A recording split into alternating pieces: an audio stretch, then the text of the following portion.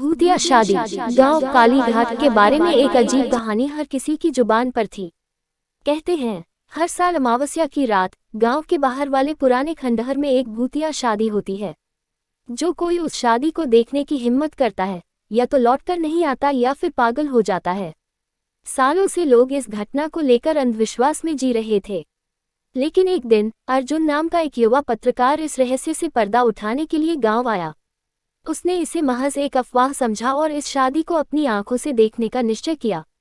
अमावस्या की रात अर्जुन अपने कैमरे और टॉर्च के साथ खंडहर के पास पहुंचा। सन्नाटा पसरा हुआ था। ठंडी हवा, झींगुरों की आवाज और खंडहर से आती हल्की हल्की हंसी उसे बेचैन कर रही थी, लेकिन उसका जज्बा उसे रोकने वाला नहीं था। जैसे ही आधी रात का समय हुआ, खंडहर अचानक जगमगा उठा। सफेद और लाल रोशनी से सजा हुआ लग रहा था, जैसे किसी की शादी का मंडप हो। अर्जुन ने देखा कि कुछ धुंधले परछाई जैसे लोग मंडप में बैठे हैं। दूल्हा और दुल्हन पारंपरिक कपड़ों में थे, लेकिन उनके चेहरे धुंधले और काले थे। अर्जुन ने कैमरा ऑन कर दिया। जैसे ही उसने तस्वीरें लेना शुरू किया, दुल्हन ने उसकी तरफ देखा। उसकी आंखें खून जैसी लाल थीं। अर्जुन का दिल जोर जोर से धड़कने लगा। दुल्हन ने धीरे धीरे अपनी गर्दन घुमाई और मरे हुए से स्वर में बोली, तुम यहाँ क्या कर रही हो? यह जगह तुम्हारे लिए नहीं है। अर्जुन ने घबराकर पीछे हटने की कोशिश की, लेकिन उसके पैर ठंडे हो गए, जैसे किसी ने उसे जकड़ लिया हो। तभी दूल्हा उठा। उसका पूरा शरीर सड़ गल चुका था। उसने अर्जुन की तरफ बढ़ते हुए कहा, तुमने हमारी शादी को बाधित किया है, अब तुम्हें इसका हिस्सा बनना पड़ेगा। अर्जुन चीखने लगा, लेकिन उसकी आवाज गूंज में दब गई। अचानक पूरे खंडहर में चीखें, हंसी और डरा देने वाला संगीत गूंजने लगा। अर्जुन को समझ नहीं आया कि क्या हो रहा है। अगली सुबह गांव के लोग खंडहर के पास अर्जुन का कैमरा और उसका जला हुआ शरीर पाए। कैमरे में रिकॉर्ड हुई वीडियो ने सबको और भी डरा दिया। उसमें वही भूतिया शादी कैद थी और अर्जुन की आखिरी चीखें सुनाई दे रही थी। उसके बाद से गांव के लोग इस शादी की सच्चाई पर यकीन करने लगे। अब कोई भी अमावस्या की रात खंडहर के पास जाने की हिम्मत नहीं करता। लेकिन हर साल अर्जुन की रहस्यमयी मौत के बाद कालीघाट गांव में खौफ का साया और गहरा हो गया। लोग अमावस्या की रात अपने घरों में दुबके रहते, दरवाजे खिड़कियां बंद कर लेते, लेकिन फिर भी दुल्हन की खून से भरी हंसी हर कोने में गूंजती। इस बीच अर्जुन की बहन नंदिनी, जो एक प्रसिद्ध पैरानॉर्मल विशेषज्ञ थी, अपने भाई की मौत की सच्चाई जानने के लिए गांव पहुंची। नंदिनी को अर्जुन के कैमरे की वीडियो देखने के बाद यह समझ आ गया था कि यह कोई सामान्य घटना नहीं थी। वह दृढ़ निश्चय कर चुकी थी कि इस भूतिया शादी का रहस्य वह उजागर करके रहेगी। खंडहर की तरफ बढ़ना। अमावस्या की अगली रात नंदिनी ने अपने उपकरण, एक पुरानी पवित्र माला और कुछ मंत्रों की किताबें साथ लीं। उसने गांव के बुजुर्गों से खंडहर और वहां होने वाली शादी की कहानी पूछी। गांव के सबसे बुजुर्ग व्यक्ति दादू रामलाल ने कहा, इस खंडहर में कभी राजा विक्रम का महल हुआ करता था।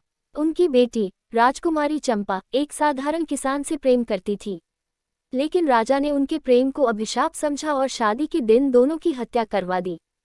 कहते हैं उनकी आत्माएं आज भी अपनी अधूरी शादी पूरी करने के लिए भटक रही हैं। जो कोई भी उनकी शादी में बाधा डालता है, वह अभिशप्त हो जाता है। नंदिनी ने ठानी कि वह इन आत्माओं को मुक्त कराएगी। शादी का साक्षी। अमावस्या की रात फिर से खंडहर में चहल पहल शुरू हो गई। नंदिनी ने अपने उपकरणों के जरिए आत्माओं की उपस्थिति महसूस की। उसने कैमरा ऑन किया और मंत्रों की किताब हाथ में ली। जैसे ही शादी शुरू हुई, दुल्हन ने नंदिनी को देख लिया। उसकी खून भरी लाल आंखें गुस्से से जल उठी। उसने चीखते हुए कहा, तुम क्यों आई हो? क्या तुम भी हमारी आत्माओं के साथ खेलोगी? नंदिनी ने डरते हुए जवाब दिया, मैं तुम्हें मुक्ति देने आई हूँ। मैं जानती हूँ कि तुम्हारी आत्माएं इस दुनिया में फंसी हुई हैं। मुझे बताओ कि मैं तुम्हारी मदद कैसे कर सकती हूँ। दुल्हन कुछ देर चुप रही, फिर उसने धीरे धीरे कहा, हमारी अधूरी शादी को पूरा कराओ, तभी हमें शांति मिलेगी। लेकिन अगर तुम नाकाम रही तो तुम्हारा भी वही हश्र होगा जो अर्जुन का हुआ। अधूरी शादी का पूरा होना। नंदिनी ने शादी की सारी रस्में निभाने का निश्चय किया। उसने पवित्र माला और मंत्रों का सहारा लिया। जैसे जैसे वह रस्में कालीघाट में शांति का माहौल था। खंडहर अब एक सामान्य जगह बन चुका था और गांव के लोग अमावस्या की रात को भी बेखौफ होकर सोने लगे। अर्जुन की बहन नंदिनी ने मान लिया था कि उसने अपने भाई की आत्मा को न्याय दिला दिया है और भूतिया शादी की कहानी हमेशा के लिए खत्म हो चुकी है। लेकिन यह कहानी खत्म नहीं हुई थी। खंडहर का अजीब बदलाव। नंदिनी के बनाए मंदिर के चारों ओर धीरे धीरे अजीब घटनाएं होने लगी। गांव वालों ने देखा कि रात के समय मंदिर के पास से हल्की हल्की रोशनी उठने लगती है। कुछ लोगों ने वहां से एक नई दुल्हन की परछाई को गुजरते हुए देखा। गांव के एक चरवाहे रघु ने एक रात दावा किया कि उसने मंदिर के पास खून के धब्बे और दुल्हन की चूड़ियों की आवाज सुनी थी। यह खबर जल्द ही पूरे गांव में फैल गई। लोग डर के मारे उस मंदिर के पास जाने से बचने लगे। नंदिनी की वापसी। जब नंदिनी को इन घटनाओं के बारे में पता चला तो उसने दोबारा कालीघाट लौटने का फैसला किया। वह नहीं चाहती थी कि गांव वाले फिर से डर के साए में जिएं। उसने अपने साथ कुछ और विशेषज्ञों को बुलाया जो आत्माओं के बारे में रिसर्च करते थे। नंदिनी ने महसूस किया कि खंडहर की आत्माएं पूरी तरह मुक्त नहीं हो पाई थीं। कुछ ऐसा था जिसे वह समझ नहीं पाई थी। उसने दोबारा मंदिर और खंडहर की जांच शुरू की।